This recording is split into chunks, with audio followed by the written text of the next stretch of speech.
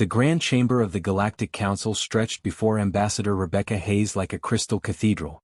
Her footsteps echoed as she walked toward the center platform, carrying a small data tablet in her hands. Around her, hundreds of alien representatives watched from their elevated seats. Some had scales that glittered like jewels. Others were made of living crystal that pulsed with inner light. Still others had multiple eyes and chitinous armor that clicked when they moved. Rebecca had dreamed of standing here since she was a child. The Galactic Council was the most powerful organization in the known universe, governing thousands of worlds and millions of species. Humanity had tried for 2 centuries to earn a place among them, to prove they were worthy of respect. But every attempt had failed. Every colony ship seemed to find disaster. Every trade agreement turned sour. Every military mission ended in tragedy. For 200 years, humanity believed they were simply unlucky.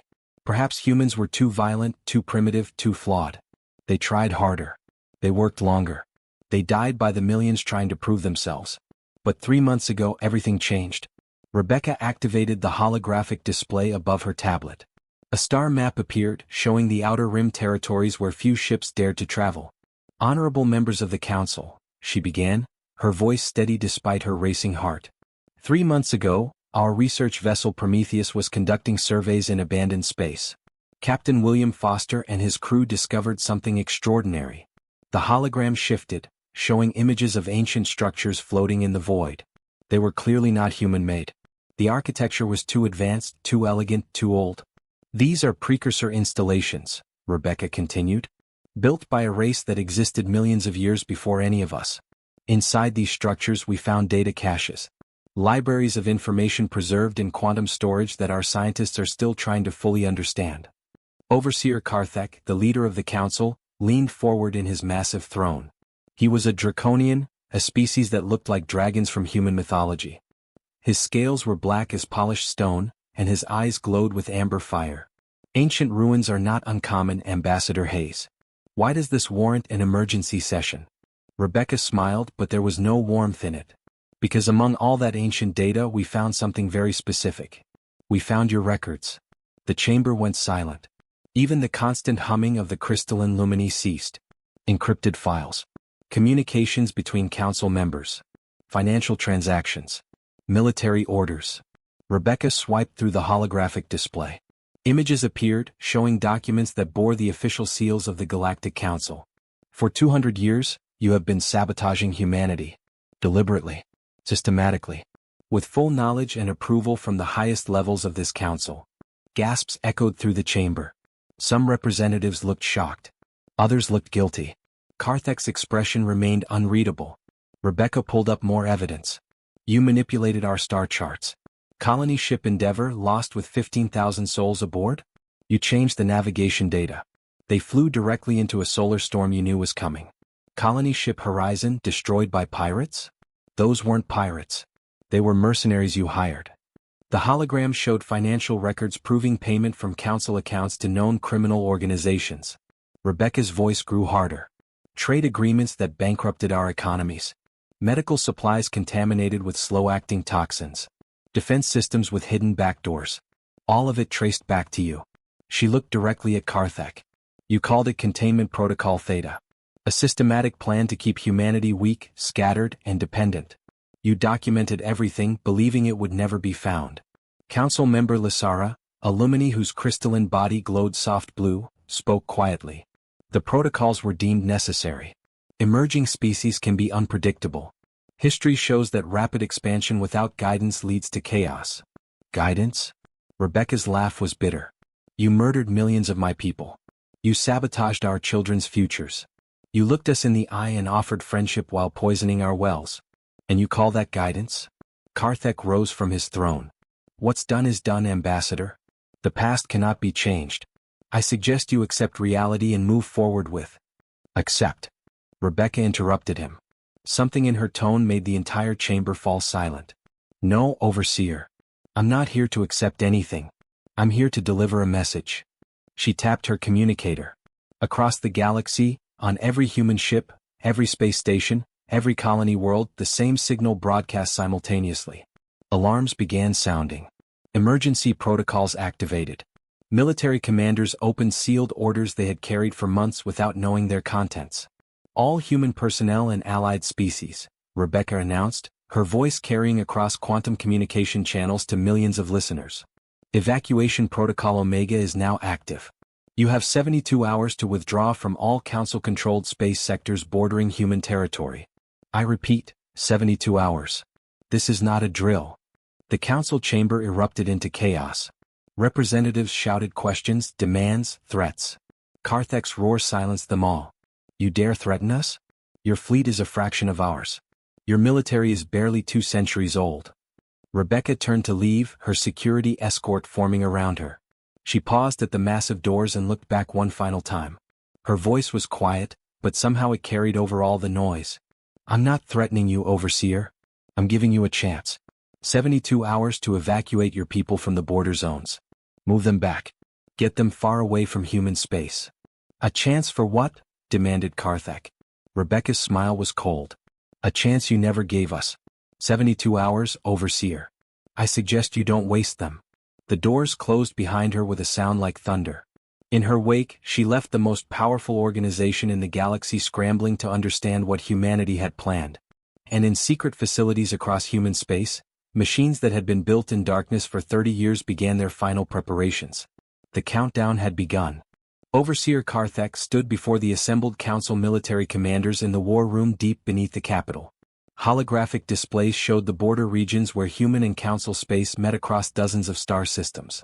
Red markers indicated human facilities that were rapidly going dark as evacuation proceeded. They are running, Karthek announced, his scaled tail swishing with satisfaction. Look at them scatter like frightened prey animals. This proves what I have always said. Humanity lacks the courage to stand against us. General Vextor, an insectoid warrior with razor-sharp mandibles, clicked his approval. Their technology is inferior. Their fleet numbers are laughable compared to ours. This evacuation is an admission of weakness. But not everyone in the room shared their confidence. Council member Lysara watched the tactical displays with growing unease. Her crystalline form pulsed with worried amber light. General, look at the pattern of their withdrawal. Does this seem like panic to you? The general glanced at the screens dismissively. They are fleeing. What else matters? The precision matters, Lysara insisted. She manipulated the hologram, highlighting the evacuation routes. Every human ship is moving in perfect coordination. They are clearing specific sectors with mathematical accuracy. This is not panic. This is a planned operation they have rehearsed. Karthek waved a clawed hand. Overthinking, Lysara. Humans are emotional creatures. They made their dramatic speech and now they realize they cannot back up their threats. Let them run to their corner of space and lick their wounds. On the human side of the border, the evacuation was indeed proceeding with military precision. Admiral David Parker stood on the bridge of the flagship Defiance, coordinating the movement of thousands of vessels. His hair had gone gray during his 40 years of service, but his eyes remained sharp. Status report, he commanded. Commander James Mitchell consulted his data pad. Sector 7 is clear. All civilian transports have jumped to safe coordinates. Military vessels are pulling back from sectors 8 through 12.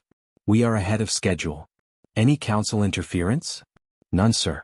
They are watching but not engaging. I think they believe we are actually running away. David allowed himself a thin smile. Good. Let them think that. How are our allies managing? The Valtor refugee ships are moving slowly, but they will make the deadline. The Sirla traders have already reached safe distance. Several other minor species that we quietly warned are also evacuating. They trust us more than they trust the Council. On a small frontier world called Newton's Rest, the last humans were boarding evacuation shuttles. Governor Thomas Bradford supervised the operation personally, checking his list as families hurried up the ramps. That's everyone? He asked his deputy. Everyone living, sir. We are leaving behind 2 centuries of history. Homes, farms, graveyards. Thomas looked at the settlement his grandparents had built. Simple buildings made from local stone. Fields that had fed thousands.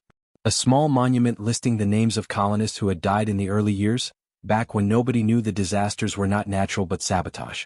We will remember, Thomas said quietly. And maybe someday we will return. But not while the Council still holds power here. As the last shuttle lifted off, Council observation drones watched from orbit. The data was transmitted back to headquarters, where analysts dismissed it as another sign of human cowardice. But there were a few in the Council who were not so certain.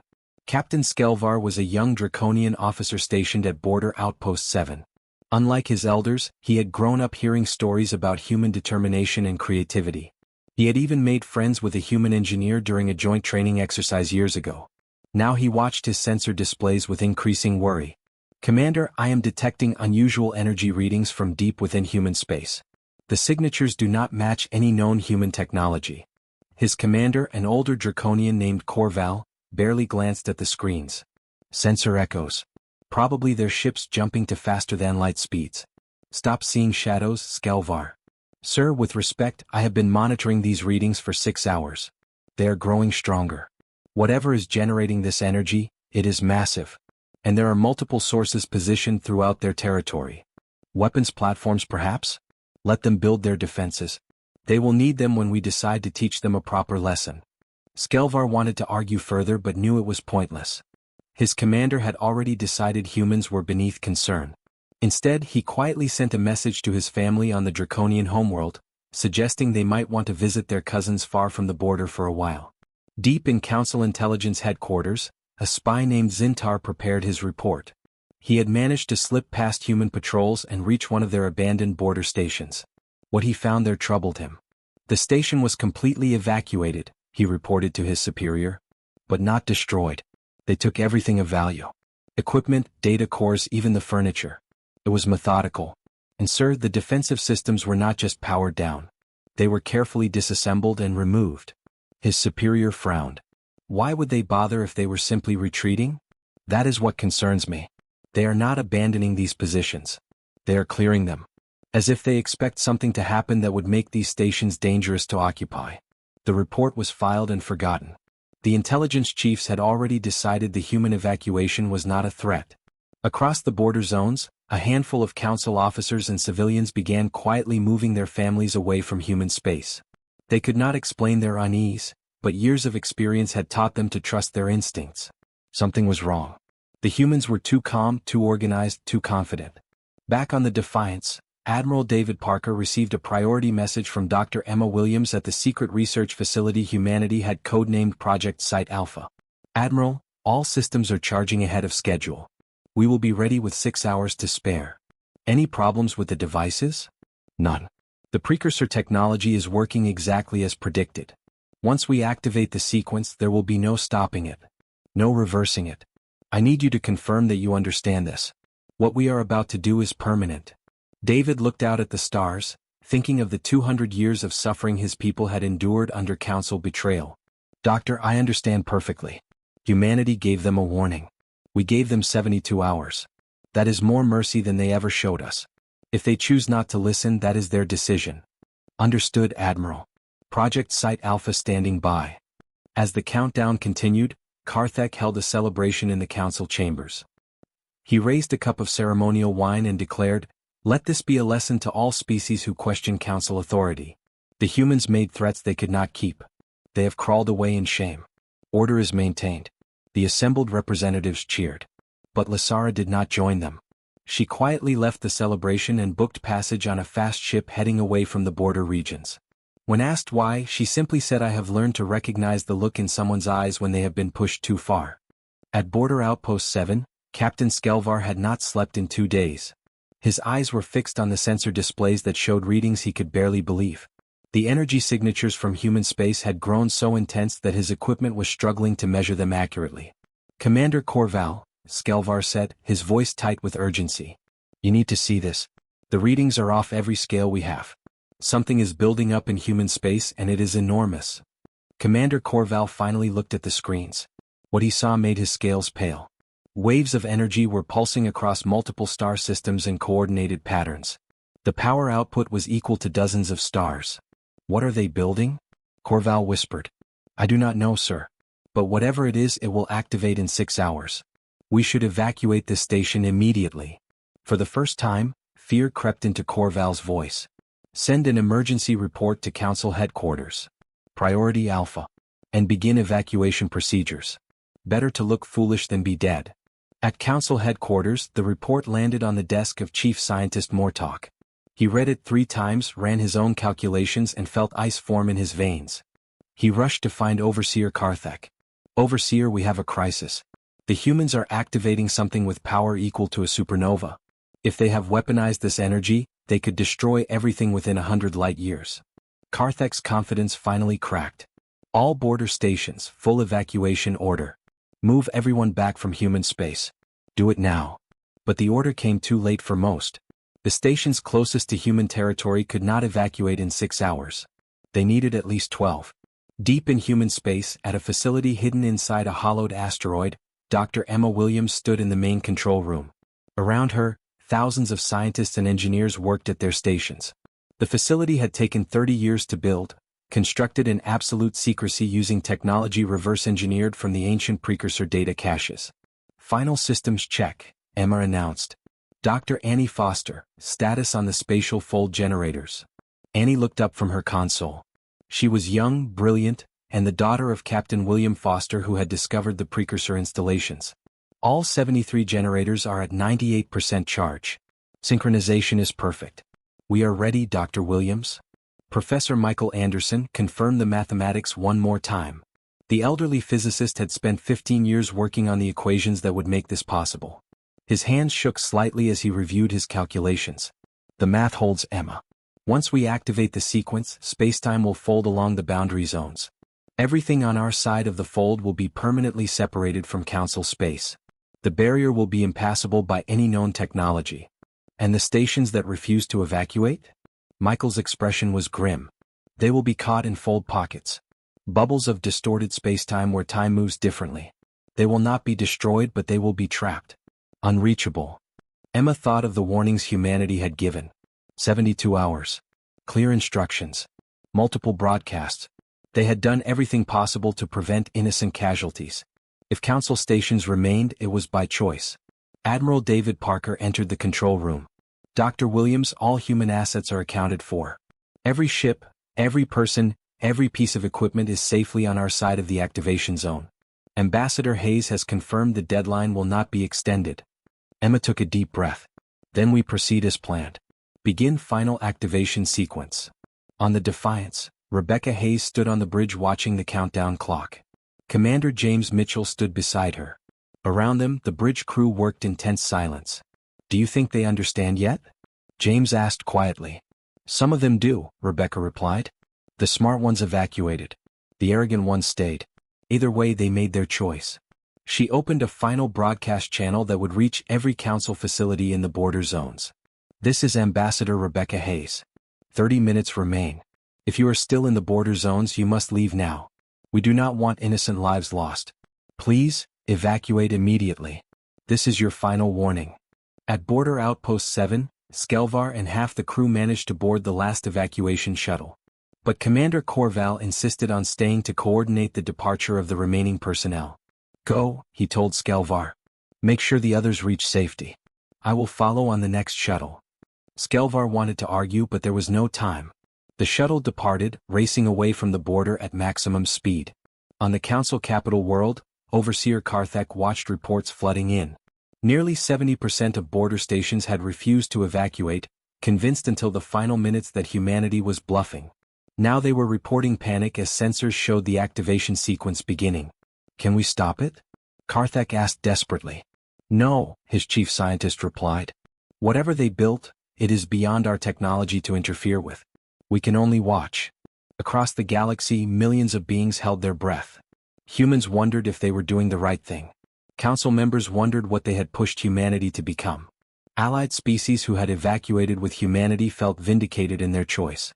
Those who had stayed felt the first cold touch of regret. At Project Site Alpha, the countdown reached 5 minutes. Emma looked around at her team. These people had devoted decades of their lives to this moment. They had sacrificed, worked in secret, believed in a dream of freedom that seemed impossible. Whatever happens next, Emma said to them, know that we gave them every chance. We warned them. We begged them to leave. We showed more mercy than they ever showed us. The countdown reached 1 minute. Emma placed her hand on the activation control. Around the facility, 73 massive generators began humming with power that bent spacetime itself. For humanity, Emma whispered. For all those who died because of Council betrayal. For the future we were denied. For the freedom we will finally have. The countdown reached 0. Emma pressed the control. and reality itself began to fold. The moment the activation sequence began, every sensor in the border zones went haywire. At Border Outpost 7, Commander Corval watched through the viewport as space itself started to change. It was not violent or explosive.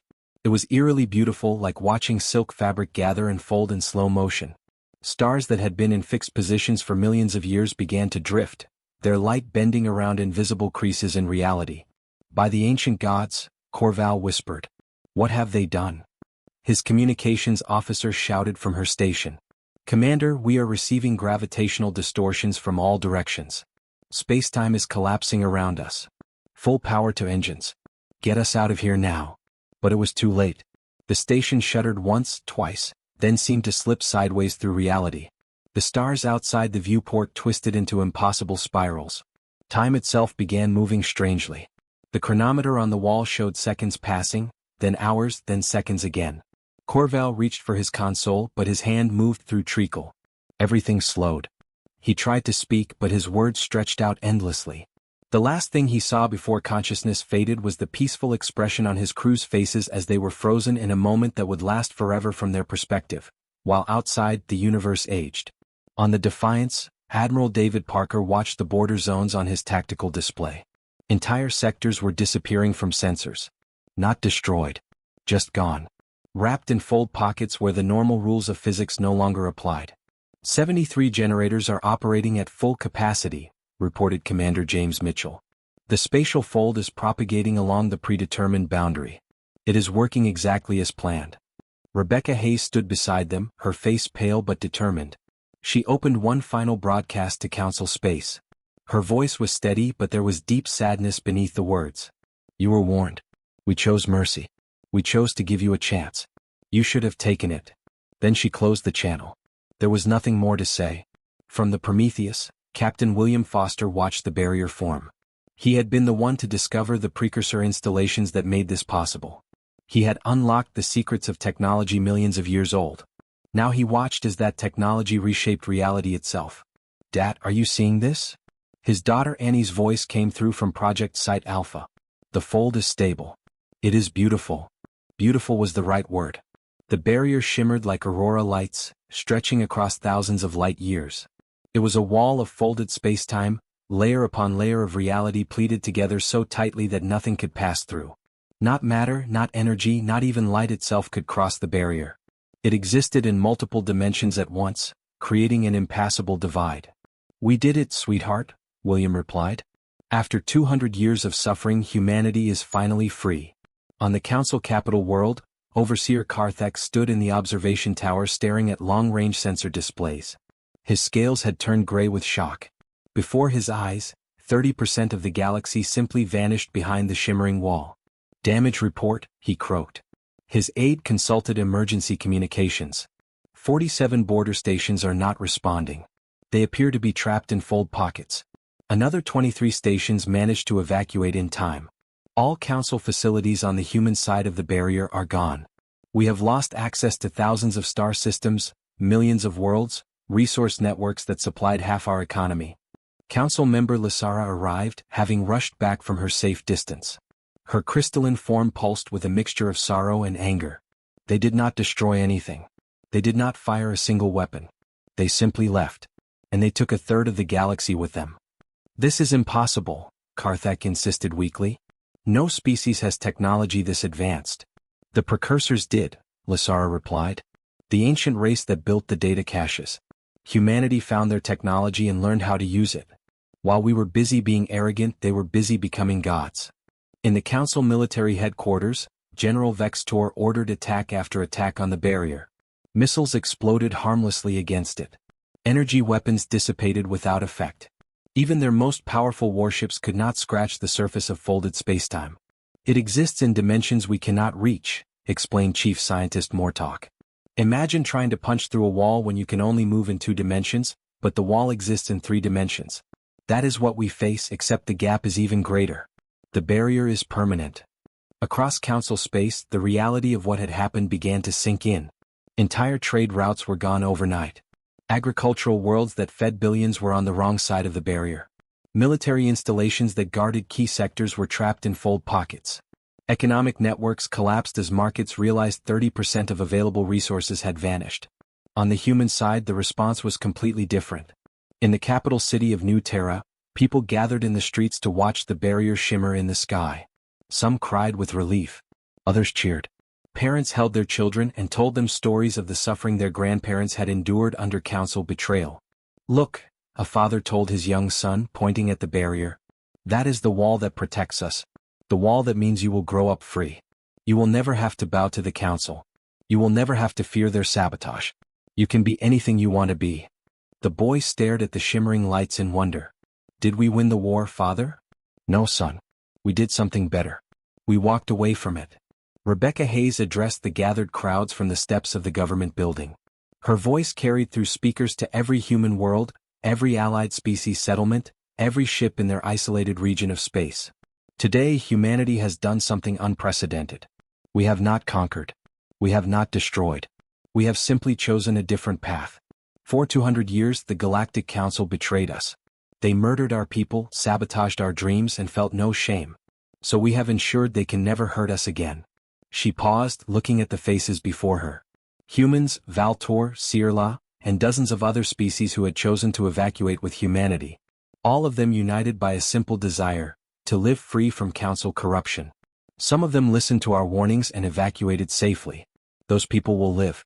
Those who did not listen are trapped in fold pockets, suspended in distorted time. They are not dead, but they are beyond our reach. Perhaps someday we will have the ability to free them. But that day is not today. We gave them more mercy than they deserved.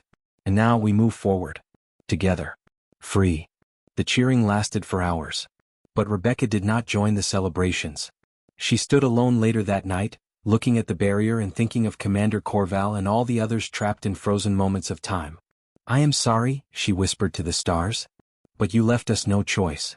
In the Galactic Council chambers, the once grand hall looked shabby and worn. Maintenance had been reduced. Staff had been let go.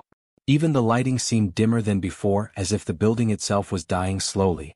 Overseer Karthek no longer sat on his throne. He had been removed from power 3 months ago, replaced by a council of younger members desperately trying to save their civilization. But Karthek still attended the sessions, sitting in the back rows, watching the consequences of his arrogance unfold. "Economic report," said the new overseer, a Lumini named Chrystal whose light pulsed with exhausted amber. The Vexcar economist approached with his data pad. His mandibles clicked nervously as he spoke. "The situation is catastrophic. We have lost 30% of our territory, including some of our richest agricultural worlds and mineral resources. Trade routes that connected our civilization for thousands of years are severed. 17 member species have declared independence, seeing our weakness. Food shortages are beginning on 12 major worlds. Within 3 years we face complete economic collapse." "What about the barrier?" someone asked. "Can we penetrate it yet?" Chief Scientist Mortok shook his head. "We have tried everything. The barrier is impenetrable. It exists across multiple dimensions simultaneously. Our best calculations suggest it would take us 10,000 years of research to even understand how to begin approaching the problem. And that assumes we survive the economic crisis." Council member Lasara spoke quietly. "We have also lost something more valuable than resources. We have lost trust. Minor species across the galaxy are questioning whether council leadership can be trusted. Some are forming their own alliances separate from us. The authority we held for 10,000 years is crumbling." In the back row, old Karthek closed his eyes. He had feared humanity's military might. He had feared their weapons, their aggression, their potential for violence. But humanity had defeated the council without firing a single shot. They had simply walked away and taken everything valuable with them. On the other side of the barrier, life had transformed into something remarkable. Rebecca Hayes walked through the streets of New Terra's capital, watching the city grow before her eyes. Buildings rose using construction techniques shared between humans and their new allies. Markets bustled with goods from a dozen different species. Children of multiple races played together in parks, not knowing the prejudices that had divided the old galaxy. Ambassador Hayes, called Dr. Emma Williams, hurrying to catch up. "I have completed the survey of our territory. The results are extraordinary." They sat at an outdoor cafe where the air smelled of fresh bread and alien spices. Emma spread holographic data across the table between them. "Our isolated region contains over 15,000 habitable worlds. We have access to resources that could sustain our civilization for millennia. And the best part? We have found 7 more precursor installations. The technology inside them is beyond anything we imagined. Have you learned anything about why the precursors built the fold technology? Rebecca asked. Emma nodded. Partial translations suggest they also faced a corrupt galactic government. They built the fold generators as an escape route, a way to create their own separate space. They understood that sometimes the only way to win is to stop playing the game entirely. A Valtor merchant approached their table shyly. The Valtor were a peaceful species, small and covered in soft fur, who had been exploited by the Council for generations. Ambassador Hayes? I wanted to thank you. My family has a shop here now. We sell our crafts for fair prices. Nobody cheats us. Nobody demands tribute. For the first time in my life, I am not afraid. Rebecca smiled warmly. This is what we fought for. A place where everyone has a fair chance. At the military headquarters, Admiral David Parker reviewed fleet reports with Commander James Mitchell. Their military had grown stronger in isolation, no longer needing to hide their capabilities from Council spies. We have established patrol routes throughout our territory, James reported. Captain William Foster's survey teams have mapped over 8,000 systems so far. We have found no hostile species within the barrier. In fact, we found 3 civilizations that never joined the Council specifically because they did not trust it. How are they responding to us? Cautiously optimistic. They watched what we did to the Council. They respect strength, but they also respect that we warned people to evacuate. We showed we could be ruthless and merciful at the same time. David looked at the star maps. We have more space than we could explore in 100 lifetimes. And it is all ours. That evening, Rebecca recorded a message. She knew the Council could not receive it directly, but sensors would detect the broadcast emanating from their side of the barrier. She wanted them to hear it, to understand what they had lost. People of the Galactic Council, this is Ambassador Rebecca Hayes. 6 months have passed since we activated the spatial fold barrier. I imagine you are feeling the effects of our departure by now. Your economy is collapsing. Your authority is questioned. Your territory is shrinking. And you cannot reach us no matter how hard you try. Some might call this revenge. But revenge implies we are thinking about you at all. The truth is we have barely looked back. We are too busy building something better. You wanted to contain humanity? Congratulations. You succeeded beyond your wildest imagination. We are contained inside a region of space that is larger and richer than anything you now control. We are contained alongside allies who chose freedom over your corruption. We are contained in a reality where we make our own future. Perhaps in a few thousand years your descendants will be wiser. Perhaps they will build a council based on cooperation instead of exploitation. If that day comes, if you become something worthy of respect, maybe our descendants will consider lowering the barrier. But that decision will not be made by us. We have moved on. I suggest you do the same. She ended the transmission and walked to the observation deck. Through the viewport, she could see the barrier shimmering in the distance, a wall of folded light separating them from the old galaxy forever. Young Lieutenant Robert Hayes, her nephew, joined her. Do you ever regret it? Cutting ourselves off completely? Rebecca thought about it honestly. Sometimes I wonder what we left behind. But then I remember the colonists who died because the Council sabotaged their ships. I remember the children who went hungry because trade agreements were poisoned. I remember 200 years of betrayal. She turned to her nephew. We gave them every chance. We warned them. We showed mercy when they showed none. And now we are free. That is not something to regret. On the Council side of the barrier, young Captain Skelvar stood with a group of other young officers, staring at the impassable wall. They represented a new generation, one that had not made the decisions that led to this catastrophe.